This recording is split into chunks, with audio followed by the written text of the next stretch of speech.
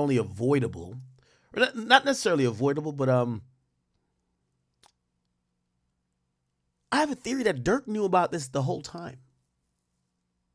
I think Dirk knew about this the whole time. I'm gonna give you some background knowledge that was happening that it makes a lot of things clearer, because if you haven't been really tapped in, it probably went over your head. Okay, so just let me play a little bit of this. This is talking about the indictment and also kind of alleges a couple of things as well. Here we go. Since he died, just come outside and go to war about him. He say, no, I'm thinking he let a how got him. He say, no, I say, let's go to war about it. Where he go? You better know the morgue got him. In an unreleased track with the unofficial title, Beverly Hills, Lil Durk reveals details about the entire hit. He mentions bounty hunters providing ski masks and firearms, and explains how they used Uber tags on their vehicle to avoid drawing suspicion from both the police and their targets.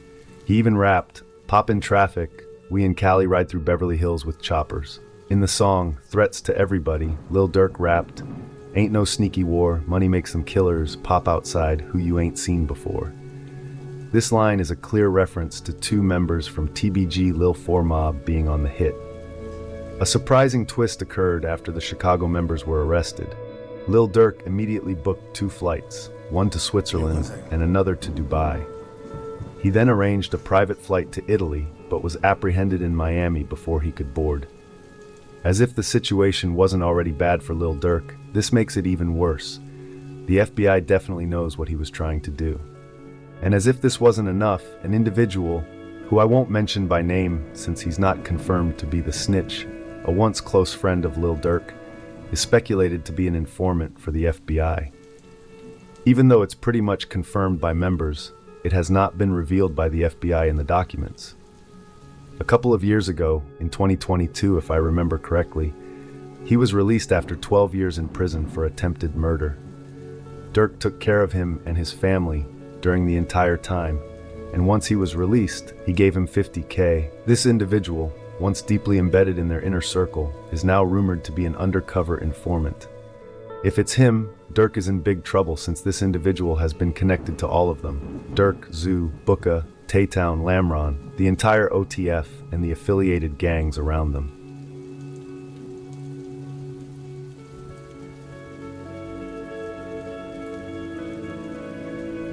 I'll leave this rumor here without further speculation, as there's really no evidence to support it.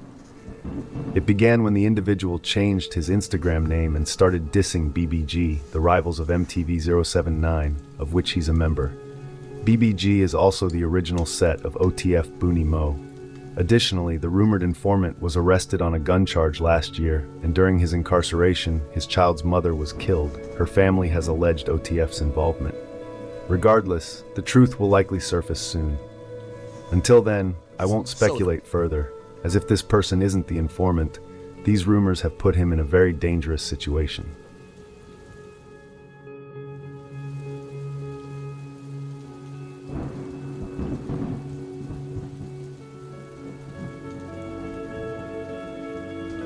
Dee, confirmed to have been involved in the hit and likely seated in the white BMW, is a high-ranking member of Taytown with a reputation for past violence. In 2014, he was arrested and charged with the murder of Travis from Shields. But after being released on a $90,000 bond, paid by Lil Durk in 2019, he eventually beat the case in 2023, which also included an attempted murder charge. The FBI is reportedly aware of Durk's tight relation with him. Durk has referenced Dee in his music multiple times, calling him the threat, and even collaborated with him on the track Block is Hot, where Durk rapped, "They were scared. That's what Threat said. They want peace treaty. I reject that," likely alluding to the ongoing conflict with Quando Rondo. In an unreleased Lil Durk song with the unofficial title Go, featuring Dee and Lil Varney, he rapped, "Drillers call me to get shit approved. I never heard of dude. Only time I heard was on the news." And Varney rapped, "They think shot sweet. They hear that switch, just know my boys just upped the score." Dee was allegedly in control of the second OTF business card, which he used to purchase airline tickets for travel.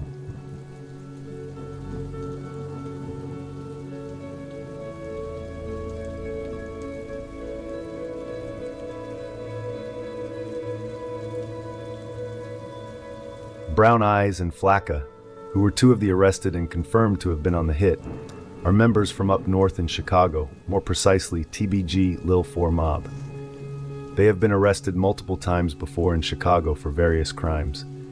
I don't think they have any direct connection to Lil Durk, but rather that they had contact with Dady and someone else from Lamron, Taytown, or OTF. It did say Didi recruited these guys, so I guess, interesting. Brown Eyes is even followed by Dayday on Instagram. Brown Eyes and Flacca were the two shooters and were most likely brought in just to do the dirty work. They were caught on surveillance cameras from the gas station, killing Lil Pab and shooting at the black Cadillac. An interesting fact is that TBG Lil 4 Mob were allegedly the set. Yeah, remember I said, so if those two were the shooters, the other shooter is co-conspirator 2. I said that co-conspirator 2 is the one that's snitching on Durk. So the third shooter, whoever that is co-conspirator 2. They won't name him. We think he's telling. And that's who we think is telling on Durk. But clearly these guys, they were recruited by Didi, so they probably don't even know nothing about Durk. That killed young Pappy from TFG PBG in May 2015.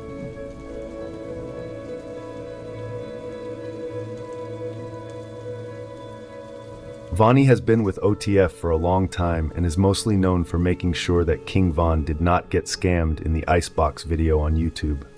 I haven't seen that. So Vonnie's in that video? King Von. Hey, with all due respect, and I like Icebox, I'm not trying to hate on y'all business. But sincerely, a message to all rappers. First of all, again, I'm not trying to hate on Icebox. And I get it, it's a very pristine place that rappers go to get jewelry. Icebox Films. Okay? I know a lot of y'all like to bring your shooters and ice them out. Don't bring your shooters to Icebox to ice them out. Okay? Go alone with someone that's gonna pay the people whatever jewelry you need. But when you're bringing your shooters to Icebox, or they're recording you, as they recorded Vaughn saying, "Yo, I need a chain for him." Yeah, he be killing shit. I need a chain for him. Yeah, that's not a good look. Again, not hating on them. They do great content. Look, 4 million from the Vaughn thing. This it's like 3 different times. Actually, 4 different times. Do y'all thing. But maybe stop bringing your killers to Icebox. Okay? My boy, the Icebox is looked out for me. Got me in the iciest chair. By the way, if you don't know, the Icebox guy, according to Trench News, was subpoenaed to testify in federal court in the O Block 6 case. So all them chains that they got when it was like, now let's get this for these guys. The guy who made the chain, and again, but they're civilians, I would imagine, Icebox. They got subpoenaed, and they pretty much had to say, yeah, if they got subpoenaed where they had to testify, I'm pretty sure they subpoenaed any other surveillance footage that wasn't caught on this big-ass camera right here. So maybe if y'all went in the corner and be like, yeah, oh yeah, he killed this nigga for me, so oh yeah, they probably got that footage too. So again, bring in your killers in front of mad cameras for an internet episode. Also, while I'm even at it, and I'll say it, and this affects me. I want to show you that I'm not hating on Icebox. I've seen this recent trend. A couple of times I want to interview some niggas, and they say, nah, act. Let's do it in the bigger studio. I said, why? Why are we doing the bigger studio? Because I want all my goons on camera. What you mean all your goons on camera? I want them to see them. Okay. I'm going to oblige. You could put all your killers in the back. That's not me telling on you. That's you now. You know we finna go viral. You're now putting out a video with 1 million views, and you gonna be like, yeah, shout out to Tim. You know he laid shit down. You're setting your niggas up to go to jail. If you got people committing murders for you, don't bring them to your interviews. Don't bring him to the recorded jewelry box pickup. Go hang with them in the hood and tell niggas to put their phones away. You and the killers should probably not be on live all the time. If you want to claim reasonably that you don't know them that well. Oh, I don't know that nigga. What? Also rapping about them. He laid shit down. You got to put a little bit of cap in the rap. Maybe the real niggas who laid down, make up a name or not make up a name. Rap about somebody else. Anyway. You're the only one cashing out on the COVID, man. Only one cashing out on the COVID. That is that's the money. No. It's actually the same type of earring, but it's just... So, You rather just do and it then right they offered us they offered us 3 different deals, but we didn't like none of them. But none of them were That's why amazing people look at the deals. child crazy. Nah. You know what? This is what I want. You know, pull it out. Look at the back. No, how much are Look you? at the back. Oh, that's Vonnie right there. That's Vonnie. Ooh, okay. So that's another thing too. And shout out to Vonnie for this. When you are new to money, you don't really know how jewelry costs. And let me tell you this, for every artist out there that's watching me, and I know there's a bunch watching me, because it's happened to me. When I first went to buy jewelry, sometimes you try to bring a man's because he bought jewelry before, so you're hoping. Here's the thing. Your man's bringing you here because the jeweler going to give him a discount off of his shit. The whole jewelry game is low-key kind of be like a scam. So anyway, here's the point of it all. A part of you getting finessed, because this has happened to me too. That's why I don't like strip clubs that much. Because until you're in the game long enough where it's so abundantly clear that you got bread, usually when you're new to bread, you're trying to spend more bread to convince people you got bread. So when they tell you a price 10 to 20,000 too high, if you like, oh man, I can't do that, you look broke. It look like you don't belong. So sometimes you be like, nah, I got it. They're overcharging you though. Niggas is overcharging you. Shit, I remember nigga told me a price. I was just like, if I tell him I can't do that, he might look at me like I'm broke, right? Because they butter you up. Yo, you getting all this money, man. Yo, damn, man, you ain't got nothing yet? All right, we gonna get you right with your first piece. I remember holding up the first Cuban. I said, how much this is? I said, this is 70,000.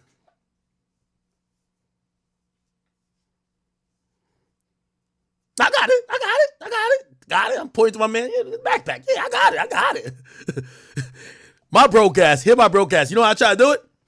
So my first Cuban, it was 7. I said, nah, I want more though. Like, nah, we could do a deal if we get. So I'm trying to really ask a discount type shit, but I'm doing it in a way where it don't make me look broke. I'm like, no. I'm gonna cop like 2 to 3 things. You could give me a deal on if I cop 3. They'll be like, oh yeah, we got you. So basically, by the time I did it, I think I spent 100. It was like, all right, no, we'll give you, now we gonna just work, that's 60, right? That's all right, bet. I got the brace, that's all right, bet. Man, that shit probably cost 30 grand. Like, let's get, like that chain that nigga told me 70K is probably 30 grand, nigga. I got it upstairs. I gotta go get that shit appraised. I ain't gonna lie to you. Yo, chat, I went to my, real talk, and I know I'm sidestepping a little bit, but y'all know what you get from an act stream. Yo, I popped out at Rutgers University. I went there for college, if you didn't know. I popped out to the homecoming, and I ain't wear no jewelry, I think. Did I wear jewelry? No. Maybe I wore my small Cuban. That shit cost me, how much is small Cuban? I think that cost me like 25 or 30. And they claimed they gave me a discount. Whatever, cool. I wore that, and I wore my Cartier and a bracelet. And when I went there, like, mad people like, oh, act here, like, yo, just going crazy, whatever. I was like, whatever. And I'm dapping some niggas up and taking pictures with them. I'm looking at them. That's what I hate about jewelry. I got on real shit, but maybe they that rich because I don't know these niggas. Everybody got a Cuban on. Everybody got a Cuban on now. And I'm starting to think, does everybody really got like $70,000 to spend? So I ain't gonna lie to you, chat. Like, I'm probably either done wearing my shit, or I'm just like, I'm not gonna sell it. I'm just gonna leave it, bro. Like, I'm tired of this shit, bro. Cause the fake shit, the Mosinite niggas, is killing the game. A nigga coming with Mosinite, like, I'm dapping up a nigga. I'm like, yo, does this nigga even have a job?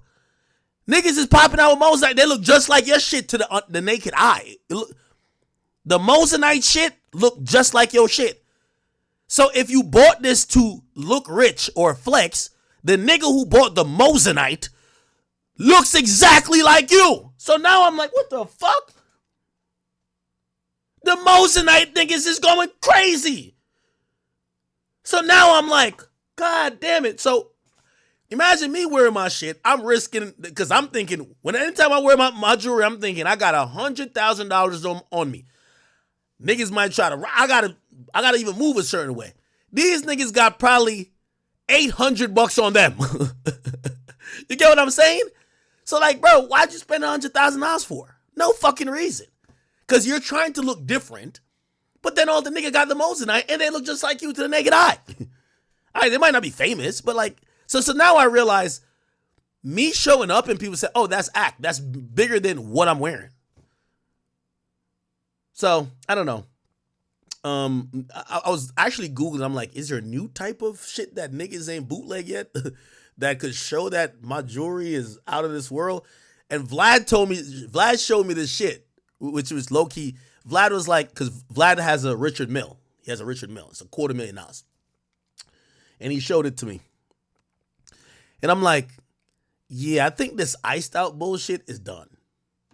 I think I'm going to just get like a rare, you know, them little weird ass watches, but they're rare, but there's no diamonds on them. And you're like, oh yeah, that's $300,000. I'm like, all right, maybe that's the flex now, because everybody got Mosinite. Anyway, I just went on a whole little rant or a little sidetrack. But yeah, these days, you can't tell, man. You can't tell. But this is the reason why I went to that story, because everybody who just gets money, a jeweler has finessed.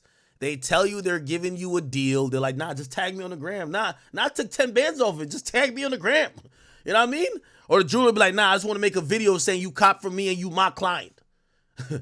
You're like, all right. He's like, nah, I'm going to take, yo, you can't do 8. Like, nah, I'll do for 70 as long as, we'll just make a video. Just tag me on the gram. You done gave him mad free promo. He got 15 other clients. 15 other celebrity clients. And then like probably 100 regular people. And he took off $10,000 that it really didn't even cost.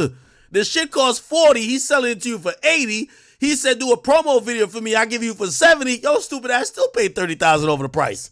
This is a finesse. Fuck. Anyway, I said all I had to say. First time, I don't know if this is the first time, but he shows up to go get jewelry. And I guess Vonnie is there to kind of make sure you don't get scammed. Let's play it. She's like, man, you know what? This is what I want. You know, pull another 140, you know? I'm saying my mom got a Camaro. Yeah. Exactly. Yeah. That's why I just had to pay it off. I told her to trade it in and get a new one, but I don't want my Camaro. See? Chat, I'm telling you. This is when you just finally got some money.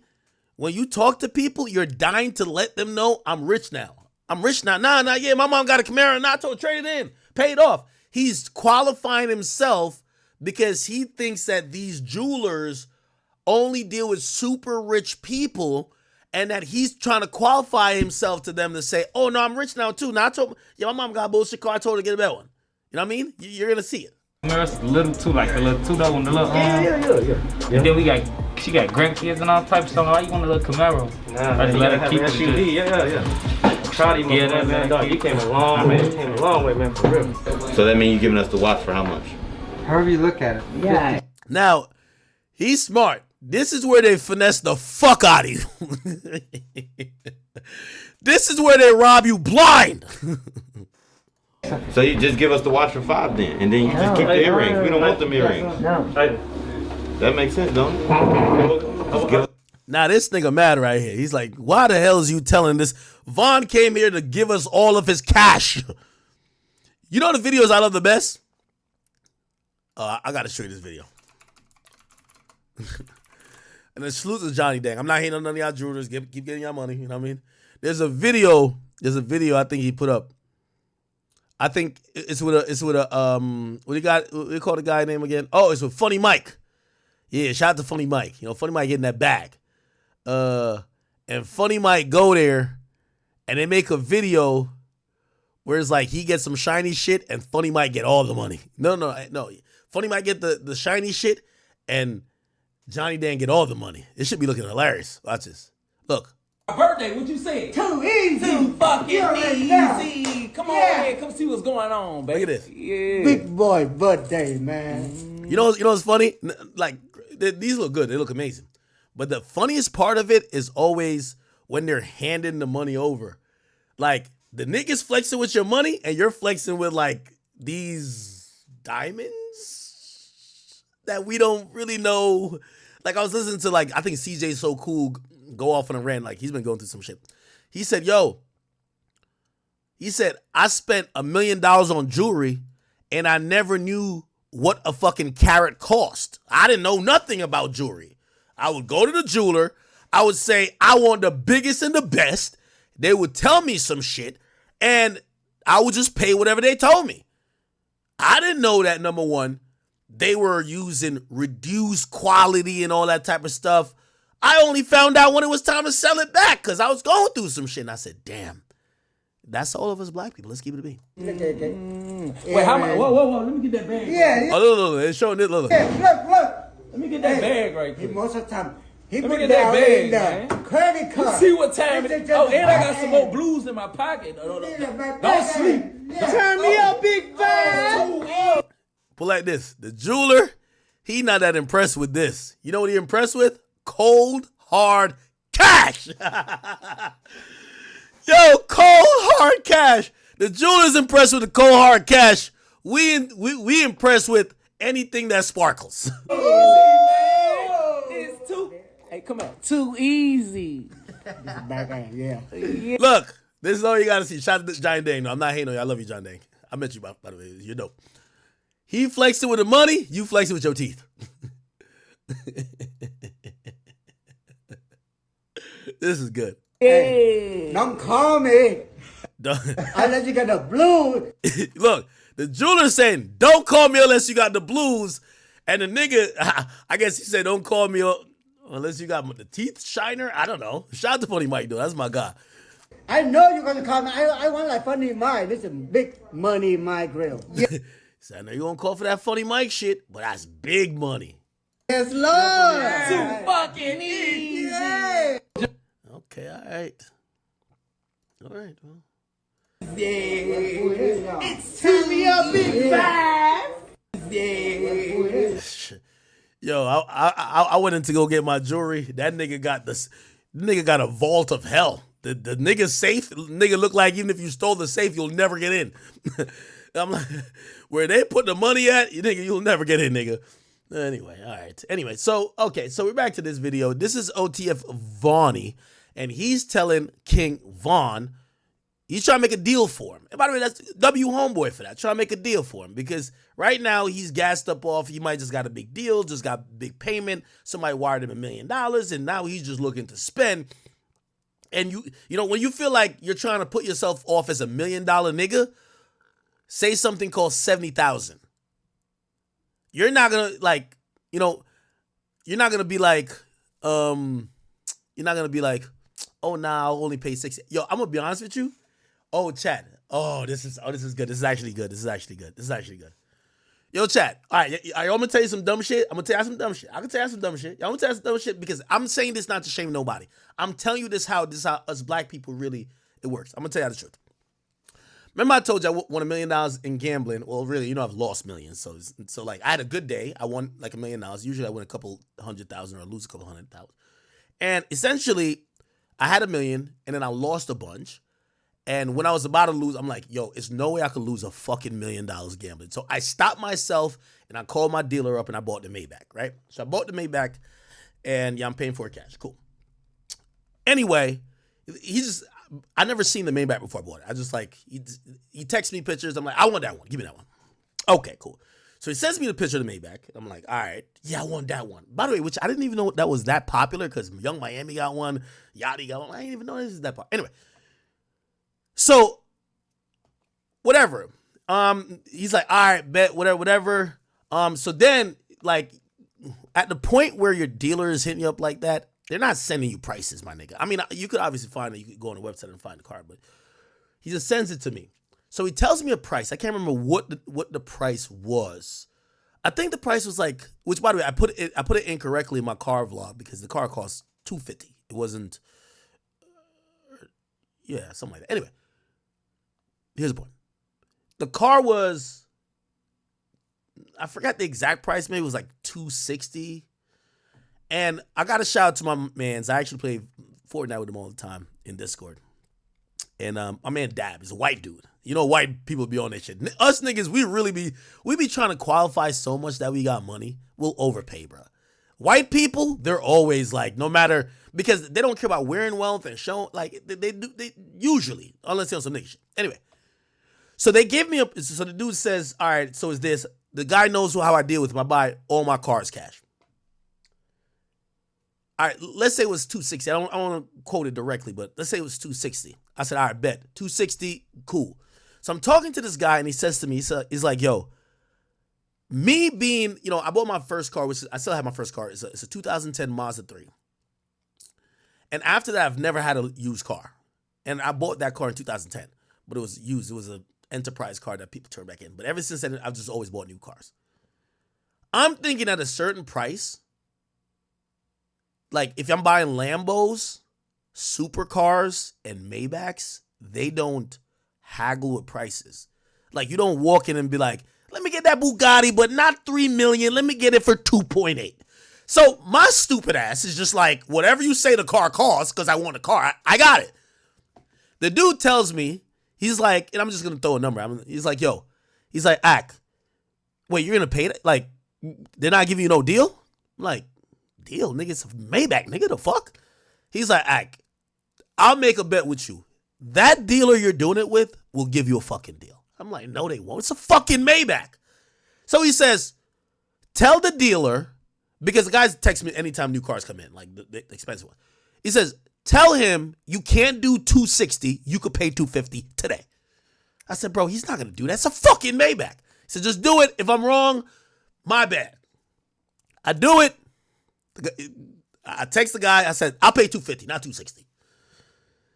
The dude came back. No, he's like, oh, I got to talk to my general manager or whatever.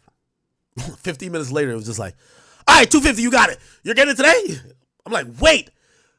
Yo, you could actually haggle with a price over, like, again, I know. I thought it was only, this is my stupid ass, I thought it was only for cars that's not that expensive. Because these type of cars, they don't market. It's either you got it or you don't. And it was just like, no, it's still buying a car, bro. Like, you could definitely take off 20, 30 grand. Which I learned a thing or two. Because me, whatever they told me, I was just paying. Like the Lambo was like $295. I was like, all right, $295, here it is. It's like $295 and $600, $616. Nigga, I went to the bank and just wired it. I could have probably told him, nah, nigga, I got $270 or $260 for you, and let's go through some negotiation. My audio's going in and out.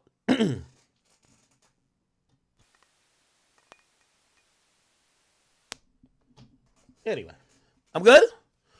Let me know if it's good or it's cracking. What's it? Fix your mic, nigga. Am I good? Mic check, mic check, mic check. I'm good now? I'm good? Okay, I think I should be good. Okay. So essentially, I found out that not because you're buying really expensive things, and it wasn't their fault, it's my fault. I'm going under the assumption I got to show y'all that I'm rich. By the way, here's a qualifier thing too. You know why I never had a car loan? This is why I never had a car loan. After my very first car. So when I started getting YouTube money, this is how long I've been doing this shit. 10 years ago, I wanted to go get a Mercedes. My credit was like, I got evicted from a place because one of the two people I was living with, they stopped paying me, right? Or they stopped paying their share of the rent. My name was on the thing. We got evicted because I was either going to have to pay for all three of us or nothing at all. So anyway, we got evicted. My credit's fucked. I'm getting money. It's 2014. I want to buy a Benz. I go into the Benz dealership. I try to go buy a Benz. They look at me and they said, okay, all right. Like I pick out the Benz. And I'm like, this is great. Like I sit in it. I'm like, oh my God, I'm going to finally own a Benz. Remember, my only car still is a Mazda 3, 2010. I said, all right, good. Yeah, I want this. Now I'm feeling myself too because I say, yo, I want people to feel like yo, is my app still fucking up? My mic, I mean? If it's,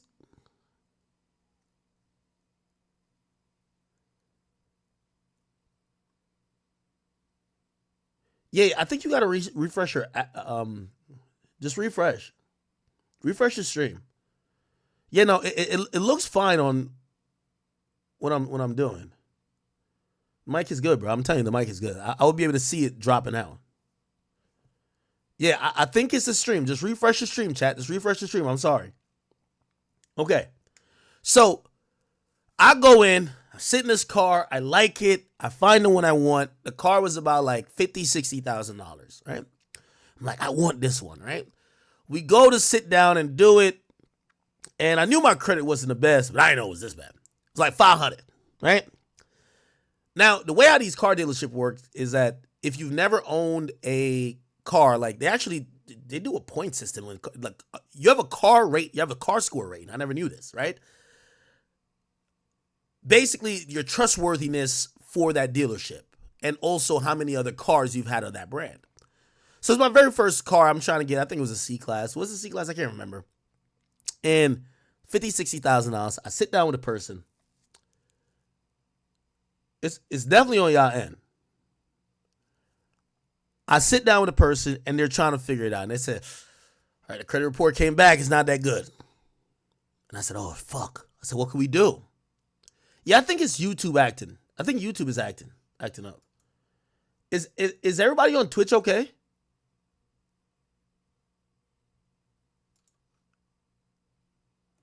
Okay. So they checked my credit. They wouldn't give me a car. I even showed my bank account. I think at the time, I don't know. I think maybe I had like $100,000 in my bank. And I was just showing them I could afford this car like twice. Like, what do you mean you're not giving me the car? Like, come on. Like, I want the car. I think I was trying to maybe even lease it. I was trying to lease it because, tax purposes. And I was like, no, I could finance it if I need to. They turned me down. And after then, I remember I grinded. And 2 years later, in 2016, I went back to that same dealership. And not same dealership, it was Mercedes. And I bought a G-Wagon. It was like $170,000, and I bought it. And I remember I built it because I was sitting with the guy. They're like, "Oh, you got this internal," and I felt like they were testing me. So we get to the point of payment, and it says, "So how are you gonna pay it? You want to do the credit application again?" And it was almost like I felt like people were just laughing at me, and my ass said to them, "I'm paying for it cash."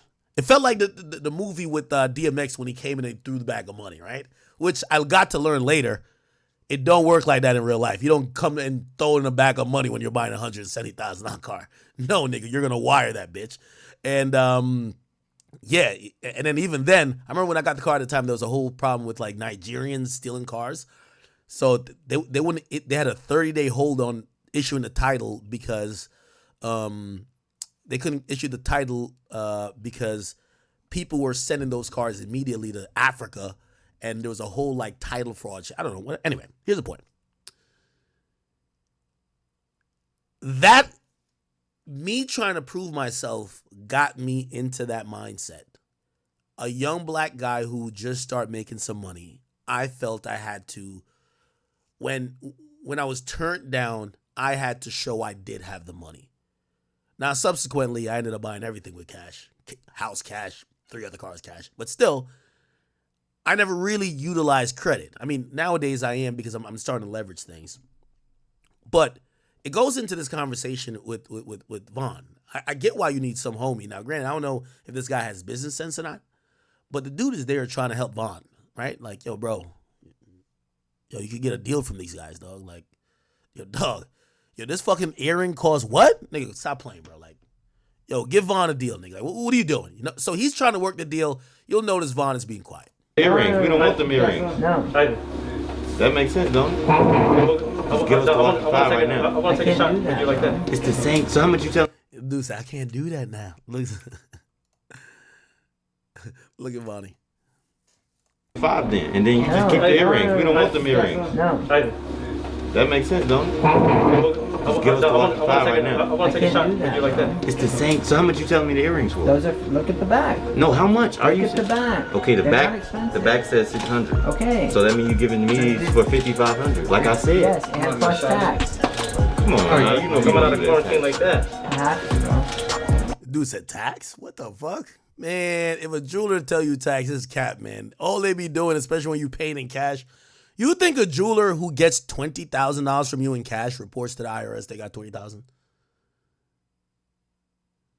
First of all, the jewelry that you bought for $20,000 really costs $10,000. So you know what they're gonna say? Oh, we got 14. That's an appropriate markup. 14.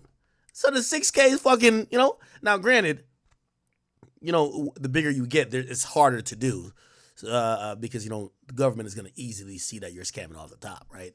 Like, every now and then you see, like, some fucking Chinese spot who all cash transactions, they don't report at all. They get caught up in some shit. Hey, how much you say you want for this one? 70? I can sell for 80, no trade.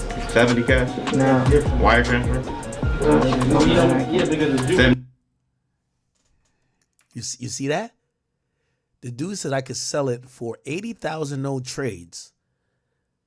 This tells you everything you need to know about the business of the business of jewelry.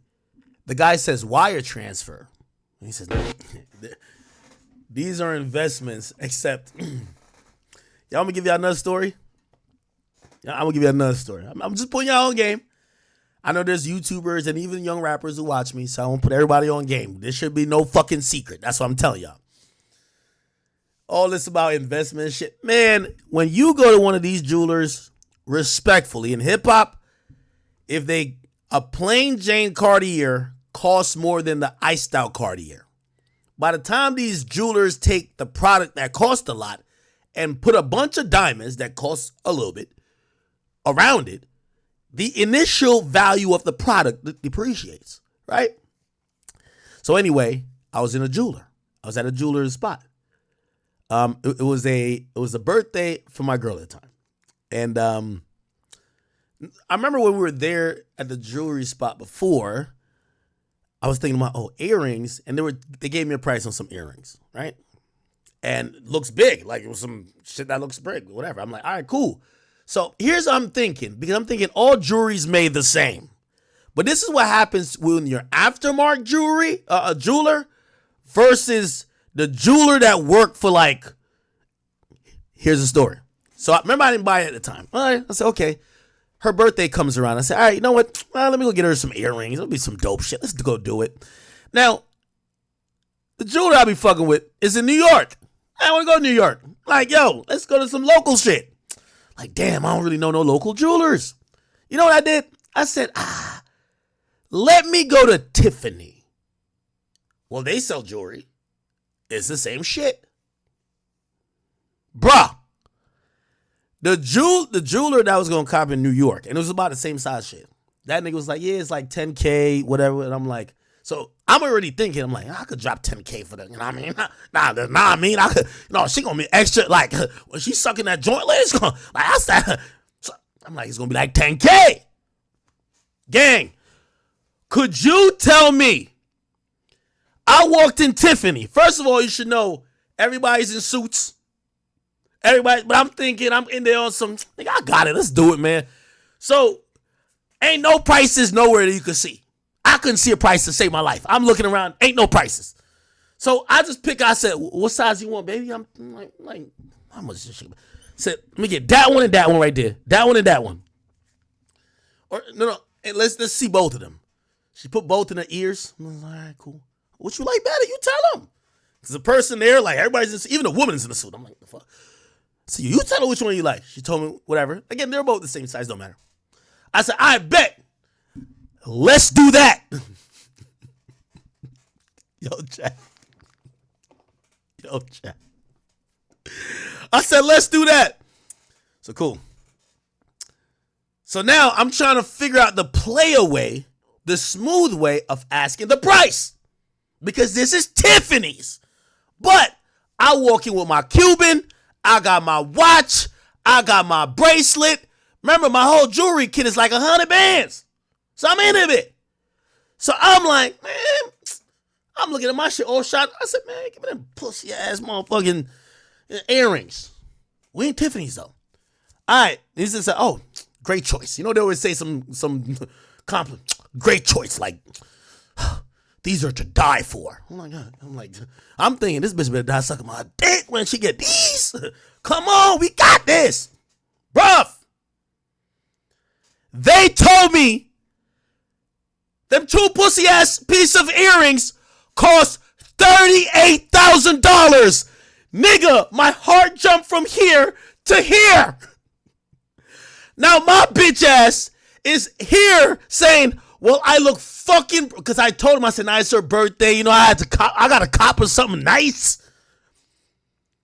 Now, here's the thing I'm going to keep saying about these hip hop jewelers. They're not selling you what Tiffany's is selling you. That's a fact. That's a fact. They're not selling you what Tiffany's is selling you. Nigga, it said 38,000. Bruv, I'm trying not to play broke. And of course I got it, but it's just like, nigga, I didn't think I'm paying that for no fucking earrings.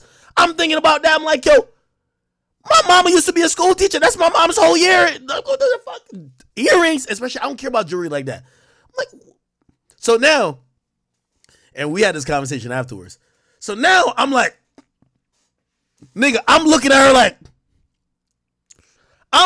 to say, bitch, you better not say you really want these. So I asked the question to not make me seem broke, but to put it in her decision. I said, oh, 38? Okay. All right. So I look at her and I said, how bad you really want these? Nigga, the look on my face was, you know that SpongeBob meme? You know the sponge? The dehydrated joint?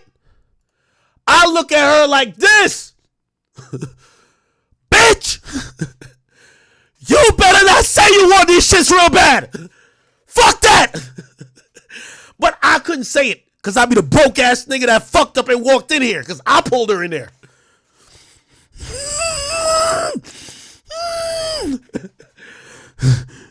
So now she's taking a while. God damn it.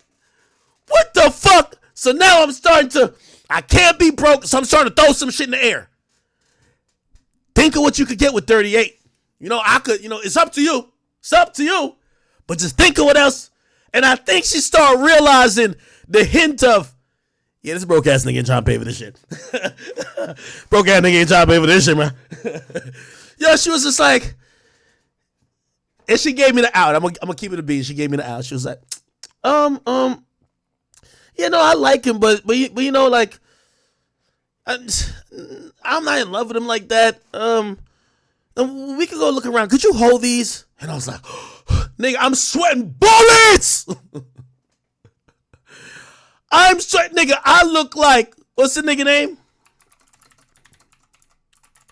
I look like this nigga. This me right here, gang. I'm looking like him. This me. This me. When she said that, nigga, I probably exited that shit, nigga.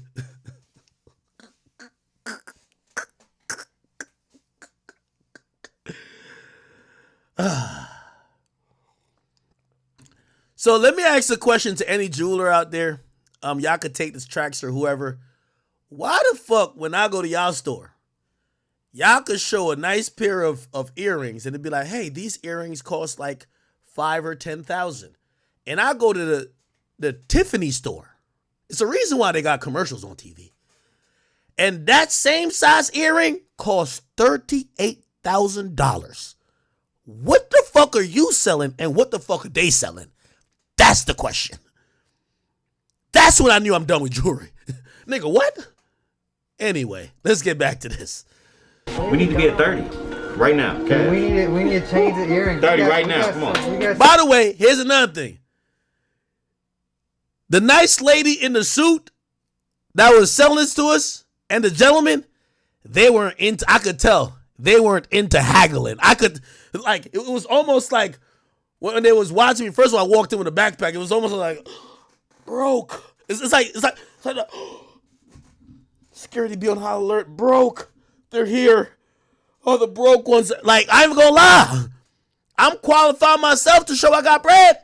But they looking at me like, he's gonna ask for a discount. He wants to haggle. Oh my God. It's a haggler. It's a haggler. Calm down. Jesus Christ. 2.5 carat each ones. Man, 30,000 right now. That's it. That's all we got. I couldn't. We wouldn't even be able to touch that. We can put them in the 4-prong mounting if you don't like the 3-prong mounting. 30,000. We would not be able to get anywhere near there, like anywhere at all. Gang. Is this Linda? We got a lot of cars. Nah, that's my grandma name. She just passed away. All y'all do is go in. Yeah. Okay, what color gold? Yeah, I know how to go. What's gonna be nice to Folks with women? motor I cars don't of know. Atlanta. You like Alex over She ain't there? got none. Chat, I went on a Tiffany store afterwards, gang. I'm gonna see if I can find the shit that they try to sell me, bro. Bruh. Nigga, I used to see, you know, be like, yo, get your ring with Zales. I'm like, all right, Zales. Nigga, I went to Tiffany and Co, nigga. Let me see if I can find what the fuck, earrings, nigga. Let me see if we can find it in this bitch. Nah, nigga, it was a big ass rock, nigga. It was none of this, nigga. It was just a diamond. Let me see if I can find this shit, man. Man, I don't know. And by the way, it wasn't like some extra special shit. Like, if you just wanted the big rock, like, it just costs tens of thousands of, it was like 20 plus, you know what I mean? We're not talking about some bullshit like this. Like, nigga, it was just a big ass diamond. You know what I mean? Nah, nothing like this, man. This is out of collective. I'm trying to find that. Tiffany.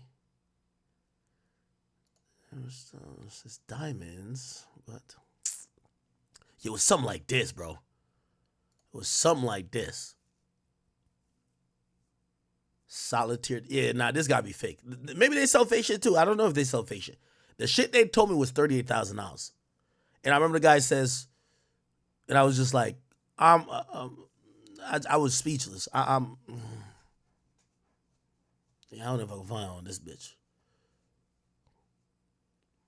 Like, I'll even tell you where I went. I ain't trying to dox where I be going, but I'll tell you. Actually, I won't say that because y'all niggas gonna be weird. You're gonna call, did Akademiks really come over there and try to get it? Broke ass nigga. I don't know. But something like that, man. You see, the thing with diamonds, to me, like if it was like, I don't know how big this is in real life. Or know if I know this is real diamonds. But if it was this big, bro, $1,300, let's go. But they told me $38,000. Like, what the fuck is this? Let me see if I could sort by like price or something like that. They probably could spot me coming from a mile away. And actually, I really don't even think, how do I sort by price? Diamonds. I want to show by price. Oh, price. Here we go. 5,000 and over. Let's look at that. Let's see how that shit's hitting for. Nah. I could put up. Nah. Let's do price minimum 20,000. Okay. Oh, it won't let you do that.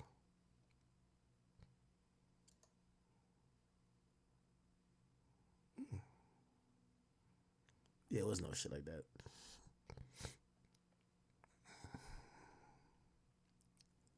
Look at this, 15,000. All right. I was down to spend 10. I ain't gonna hold you.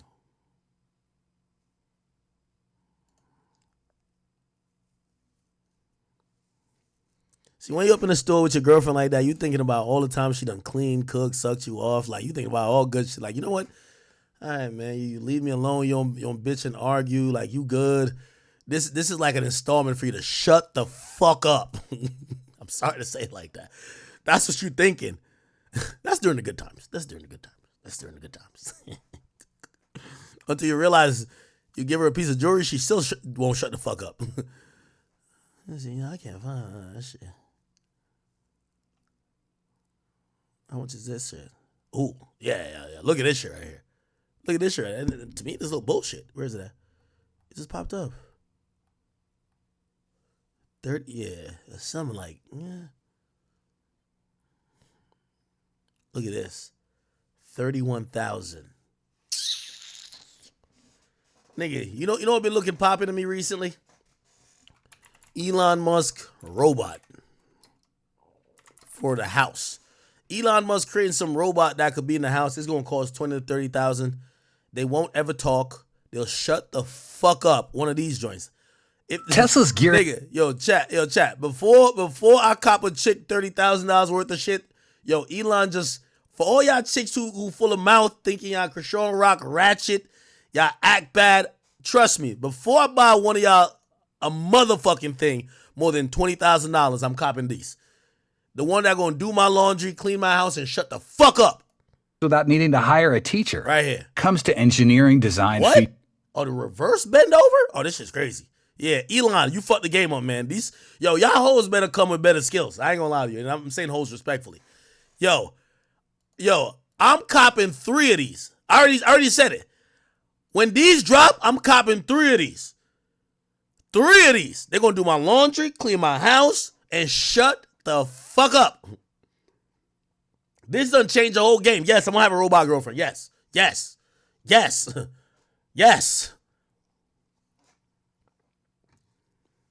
And I'm sorry, y'all women got something to compete with. I'm gonna tell you why. I know I went off the topic. We won't get back to Durk, but come on, we chilling for a couple hours. I'm gonna tell y'all why y'all got something to compete with now. Because if sucking dick and riding cock is the only thing you offer, well, there's bitches doing that for $200. So if you think that you cooking, cleaning,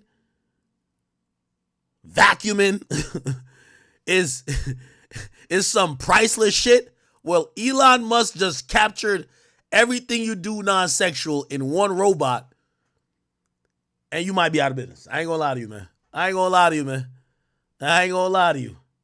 The human essence when developing Optimus. From the get-go, Tesla designed Optimus to embody a human-like nature. Standing at 5'10" and with an optimized weight of just 138 pounds, this makes for a robot that's not too heavy or bulky, even in the smaller homes. Yo, chat, I promise you I'm getting 3 of these. And it can't talk back? No one's going to want a noisy robot constantly. I don't want a noisy chick. Making sounds while it performs tasks. So from the start, Tesla. The only thing, hey, put it like this. Y'all women better step up y'all game. Real talk. Because I think the robot maid is easier and closer to replacing the woman than the constantly making than the robot dog. Sounds while the robot dog ain't there yet. I gotta be able to pet you sometime, chill with you, you be the homie. Like your dog, at least my dog, provides me mental peace. No arguments. Me and my dog never argue about shit. So to keep it real, the robot that be around the crib as a human, it's ahead of the dog game, man. The dog is, listen, I don't gotta tell Pluto to be like, yo, bro, I'm about to get a robot. If you keep acting up, nah, Pluto's good. But y'all females who think that you just a bad bitch who suck dick and know how to fuck, but because you can do laundry, just please know, Elon is designing something to get y'all out the paint. And whenever he gets y'all out the paint, I'm pre-ordering 3 of these. I never pre-ordered a Cybertruck, but 3 of these? Y'all gonna be like, damn, nigga, you gonna see them walking back and forth in the background. All right, sit down right now. Just chill over there and just fix me another glass of Hennessy and motherfucking cranberry while I get the content going on. And they gonna chill and mind their fucking business. This is the $1 billion idea. I wish I could invest. Actually, I'm an investor in Tesla. This is great. I ain't even gonna lie to y'all, man. Y'all females gotta step it up. Step it up. Elon done came out with the ultimate. He got y'all mapped to a science. I'm just keeping it a bean with you, okay? All right. Anyway, let's get back to Vaughn. I would go white gold. Even if a guy named Kenny. I would go white gold. It's a lot larger. Okay. Decent ass for her. Standard quality, bro. But there's nothing. Bussin'. That's the thing. My it's the lights, man. Look at these lights. Take it out the light. Go crazy. Take it out the light, bro. My mom. Take it out. I'm I know. But still, you gotta come down a little more. Nah, Vonnie really was trying to talk him down. Prove the $0 transaction. I don't want that. I don't watch it no more. Which one? The road. So we got to put on top of this. I ain't gonna lie, I think they were trying to finesse Von. I ain't gonna lie. From TFG PBG in May 2015.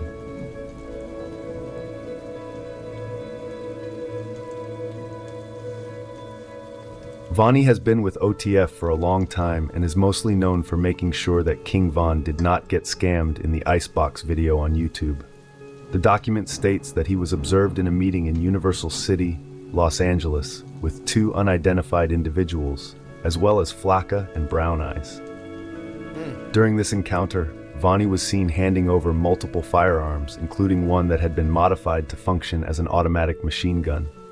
Vonnie was, according to the documents, the driver of the white BMW that followed the black Cadillac Escalade for hours. He was the one that gave the other car the location of Quando Rondo and his entourage the entire time.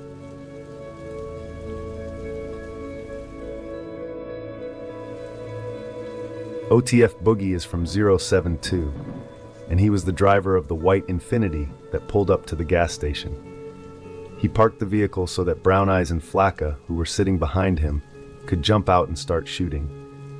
Boogie has been affiliated with OTF for a long time and was very close to Lil Durk's brother, D-Thang.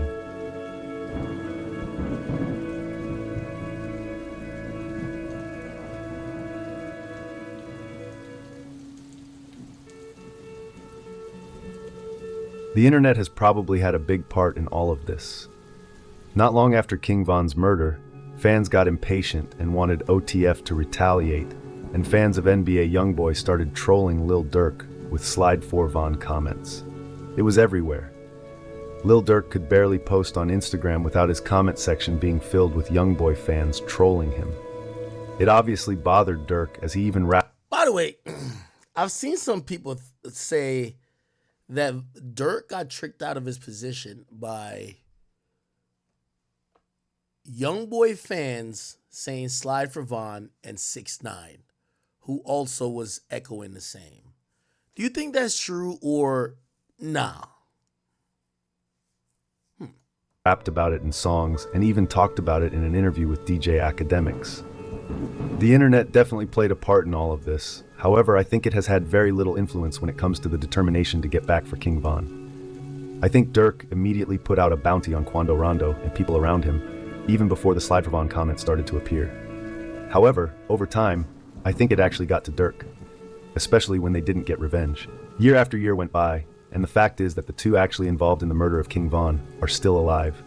And now Durk is locked up, recently transferred to the feds, and will soon be transferred to California. The moneymaker is gone, and it will affect many members and family, and could actually be the end of OTF and Lil Durk's entire career.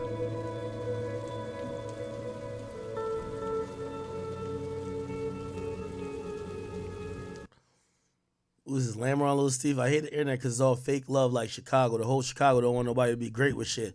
All you have is hate in your heart and hate on everybody who making a living for themselves. Like, how if you having a job that's motion, if you doing whatever that bringing $1, and at the end of the day, motion. Stop fucking hating and being lazy. This goes for goofy ass niggas and bitches. Free the bigger picture. Another interesting aspect in all of this is Lil Durk's recent efforts to reshape his public image. He has presented himself as more religious, established foundations to support vulnerable communities, and promoted a message of peace, although this appears inconsistent with his actions. At his last concert, he even displayed a billboard collage featuring deceased Chicago gang members, including both friends and rivals, and brought J Main from Jarrow City on stage. This seems like a move to deflect FBI attention, as it's evident that Durk remains connected to crime. Recently, he also received 2 keys to the village of Broadview, but they were swiftly rescinded following his arrest. He likely received this honor due to his significant financial support for Mayor Brandon Johnson's campaign, having donated over $150,000. As we know, politics often operates on exchanges of favors, which may explain. So here's I ain't gonna lie, the mayor kept it pretty diplomatic about his thoughts about Durk. What's important to know is that, let me see here. Mayor Johnson.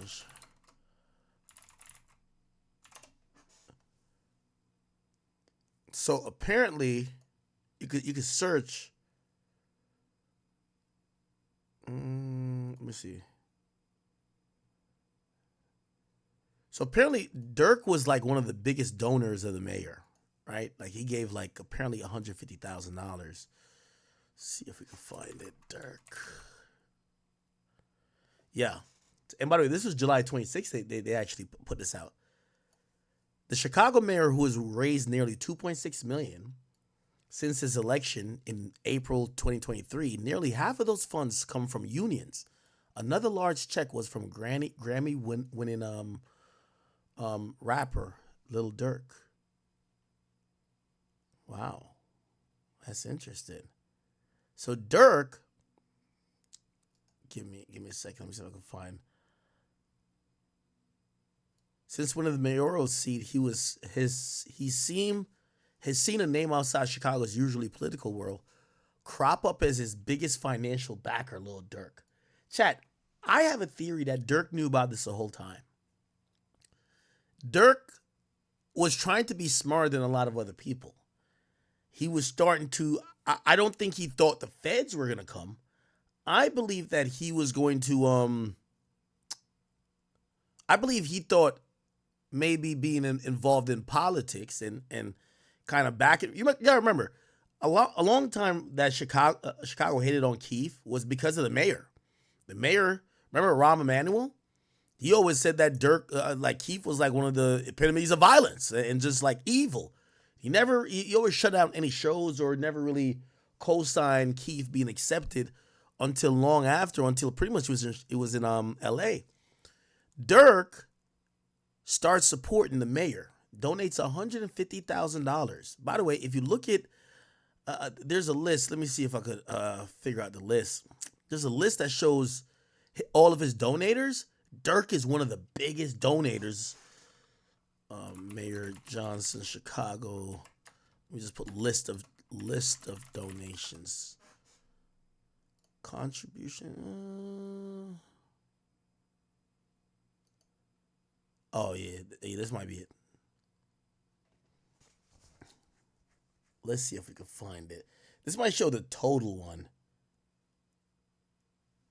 This might show the total donations, but not necessarily break it down. Let's see. Contributions by candidates. Could we sort? I don't know if we could sort by amounts. Let's sort by amounts. Okay.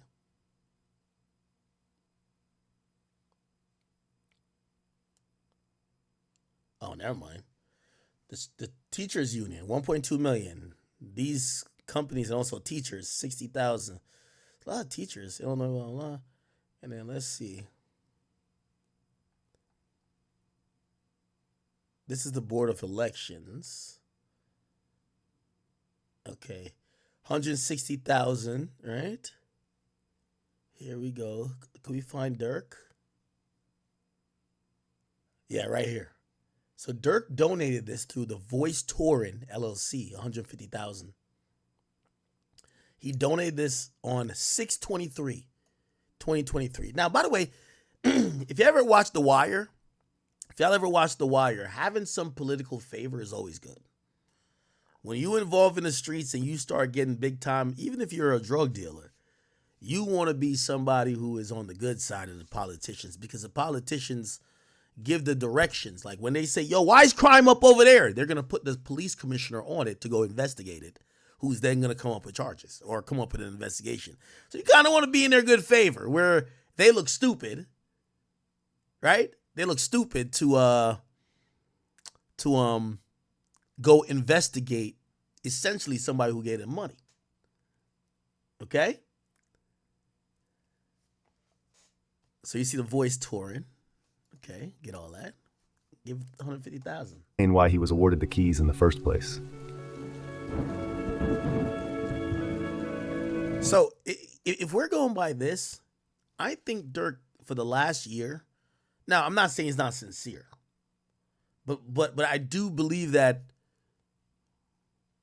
he's been making the steps and the efforts to try to clean some stuff up, if you ask me. You can't name me another rapper who donates $150,000 to their mayoral election from their local hometown.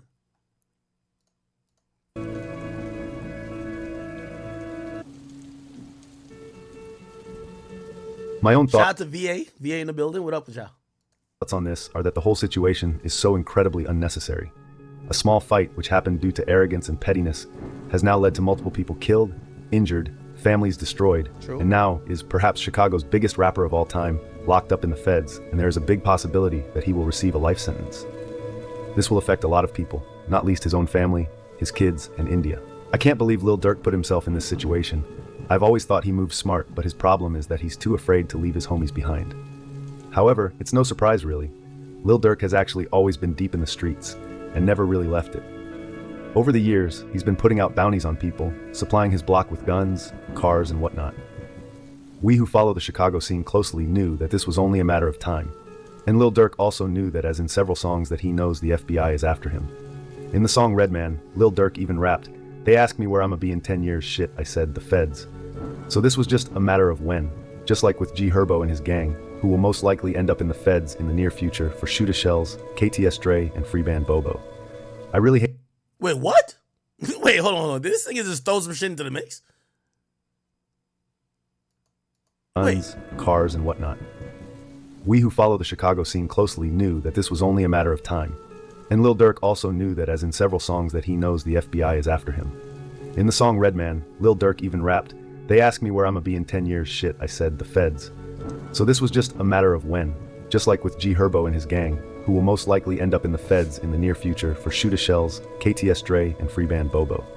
I really hate to see Lil Durk in this situation. He has been my favorite artist and many others for years, before his late break, and he has meant a lot to the Chicago drill scene.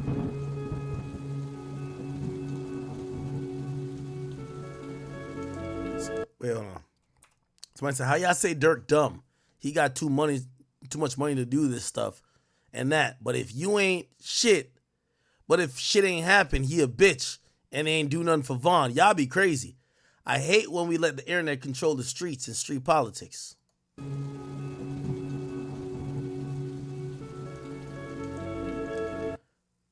Lil Varney says, stop calling my phone asking me shit. I don't know shit. And y'all see, and I see all you niggas post my brother. Majority of y'all happy and be sneak dissing him. Now y'all acting like y'all hurt. Please stop the faking. Stay out of family business, and I go for all you blogs also.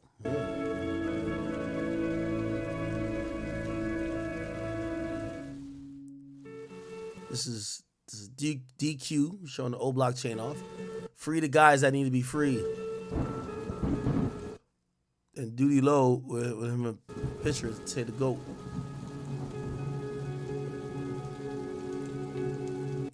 Channel Mafia? I don't know what that is.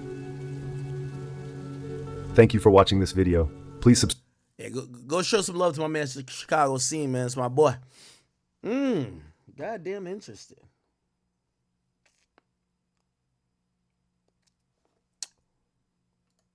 Interesting. Now, here's the thing. We got a little bit more. So, shout out to my man Bradford Cohen, who actually went on Law and Crime. Another rapper federal. And he spoke about pretty much what the government has on Durk, and he's pretty much talking about what's necessary. Now, we've given our opinion. He's an actually reputed lawyer. He's dealt with Fed cases a lot. He's going to give us his opinion. He did it on Law and Crime. Shout out to them. Now, what we said is that this case is heavily dependent on a snitch because there's nothing that really ties. Again, none of this stuff looks good for Durk. I'm not going to say it looks good, but it's heavily dependent on somebody who's cooperating, who's going to corroborate the fact that Durk did in fact put a hit on somebody and did in fact somehow indirectly or through a third party pay these guys for the death and the commission of the murder. Or the attempted murder on Quando Rondo, but the death of Lil Pop. So here we're going to have Bradford Cohen break it down. He gives us some interesting information. Let me go take a piss real quick and refill my cup. to the show, Bradford Cohen, to talk more about this. Bradford, thanks so much for coming on. Really appreciate it. We have another rap star taken into custody on some pretty serious charges, very different than the Sean Combs case, which we've been talking so much about. Just what are your initial thoughts on the indictment, the affidavit, these initial documents, and the initial allegations alleged by prosecutors? So I think that when we look at the indictment itself, what's so interesting is, and this happens quite often, they don't put all and everything that they have in the indictment because they don't have to, right? Less is more for an assistant U.S. attorney or the U.S. attorney's office. And in this case, I think that's what they did.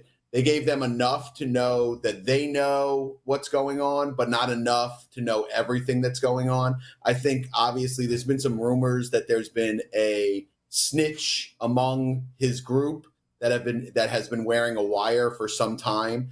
And if that's the case, it's going to be a very difficult case for everyone involved, depending on how much talking there was going on. What I thought was interesting with the indictment is, a lot of things around Durk basically revolve around funding that he paid for airport, he paid for flights, he paid for hotels, he paid for car rentals, all these things that they utilized in this, quote unquote, murder for hire plot. So that's really where they're tying him in right now. But I think there's going to be more to come. And I think that there's going to be individuals that either will flip or that have already flipped, or there's going to be someone very close. I heard what he said the last part.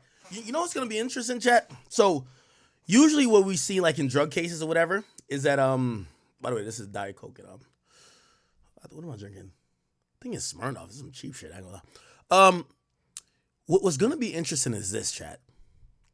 Well, in drug cases, when, the money, because it's gotten through illicit means, gets frozen, will they try to affect Durk's funds? Now, that could drastically change how this turns out. If Durk essentially can't use, I think Durk at one point claimed that, I don't know, he made hundreds of millions, right? Now, does he have hundreds of millions? I would be very shocked if Durk has hundreds of millions. I would imagine he has tens of millions at his disposal. Obviously, then he has investments that, if it comes down to it, same with Diddy, you have to liquidate or you have to just whatever, just to get access to those funds because your money's going to be your best tool here. If they kind of come up with either RICO that turns his money against him in a way where they feel that a forfeiture should be able to freeze it. For example, him getting money through music would be non-illicit ways, which means, he got it legally. But if they put together this argument to say, well, he was committing these crimes, allegedly, and these crimes that he was committing became the fodder and the promotion for the music, right? And that the success of the music, I think that's a really hard thing to prove, but that the success of the music wouldn't have been so if he wasn't doing all this crime. They could possibly try to freeze some shit. I don't think it'll happen, but this is an angle because currently, to Bradford Cohen's point, they're pointing out Durk as the money man, and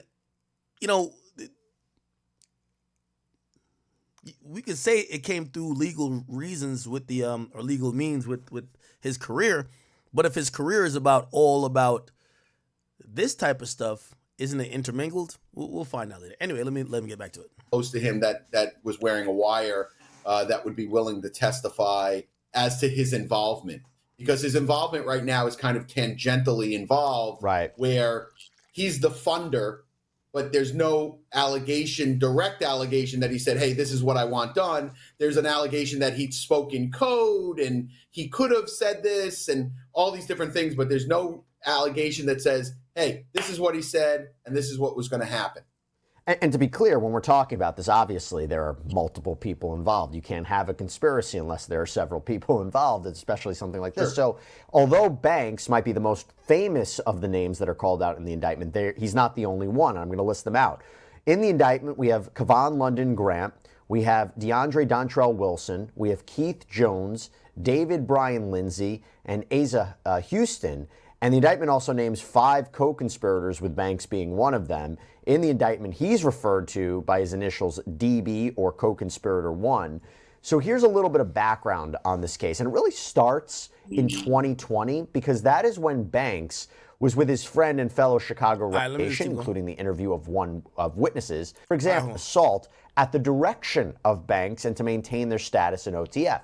For example, based on evidence collected during the investigation, including the interview of one of witnesses, I know that Banks put a monetary bounty out for an individual with whom Banks was feuding, named TB.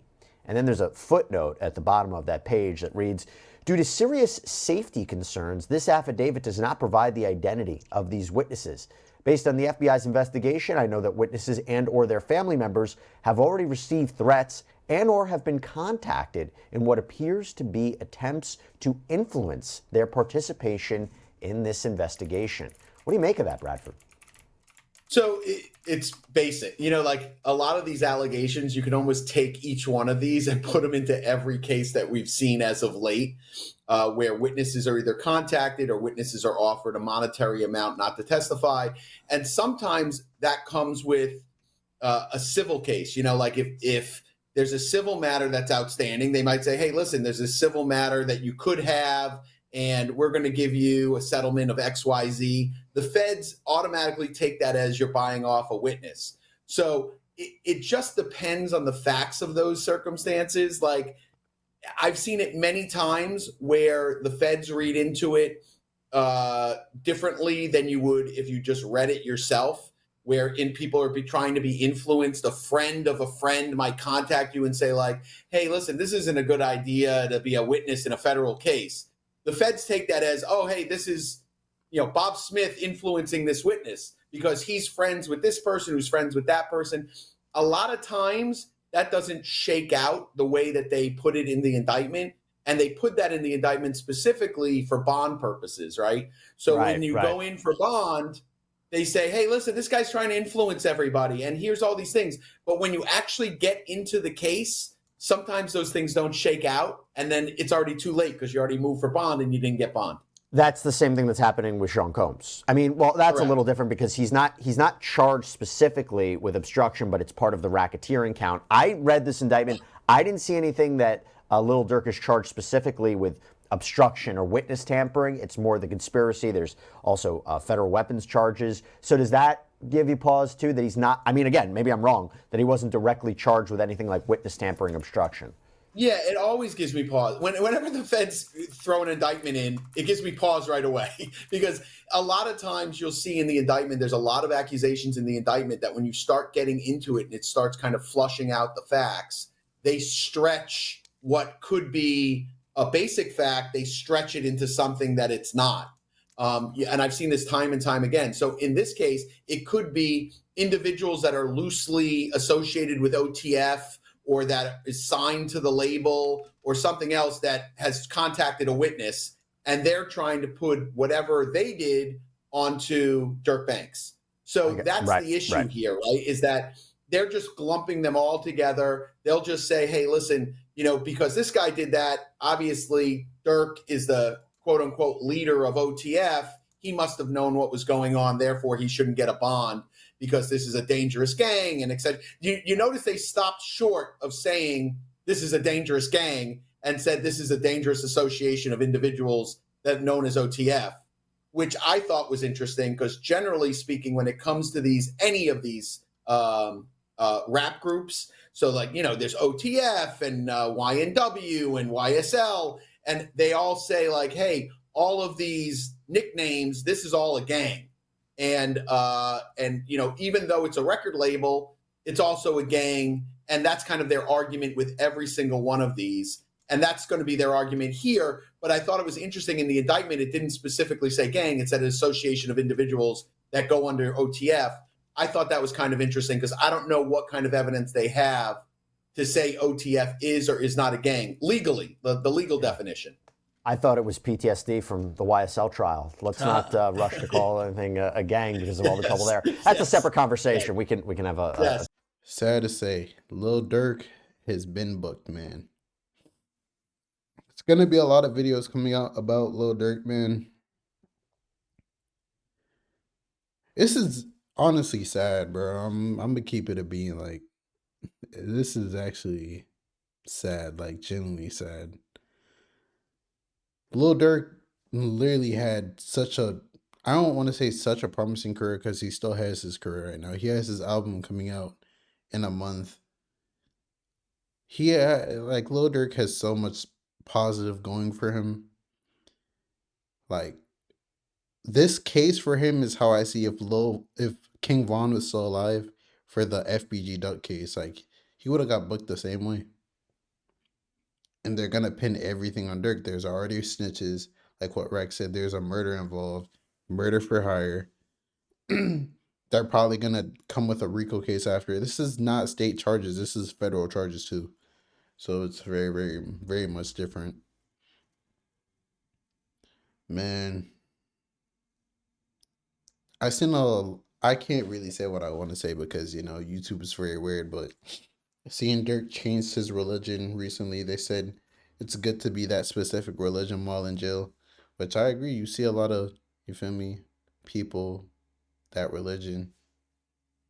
You feel me? It's like they're like a group in jail and they stay together, which is good. But man, going from being a 8, probably 9-figure man, private jets, mansions, to a cell, man, that must do something to you mentally that you can't even fathom, bro. And Lil Durk, honestly, he's like, rap wise, he's like up there. Like, he's the 21 Savages, whichever tier is the Lil Babies, 21 Savage. You put Lil Durk right in that tier. Like, the tier right under the Kendricks, J. Cole's, Drake's, them. He's literally the tier right below them. And, it's sad. Lil Durk's been in the game for so long, man. He told him about Slide for Von. He allegedly really did slide for Von. Now he's in this situation. All we could do is pray and hope for the best. You know, I'm consider myself a realist, and I'm looking at the situation. There's snitches, like all the evidence, like OTF cards for everything, and bro, like Lil Durk is ahead of all of this. Like, I really just hope he doesn't. If Lil Durk gets life in prison, I know his heart's gonna drop. And how Lil Durk says that he hates snitches, how much he prides himself on hating snitches. Like, I always wonder to myself, if it's someone in Lil Durk's position, if it's either life in prison or you snitch and you get 5 to 10 years, are you snitching? Would you throw your whole life away? You're not going to get to see any of your kids physically grow up anymore.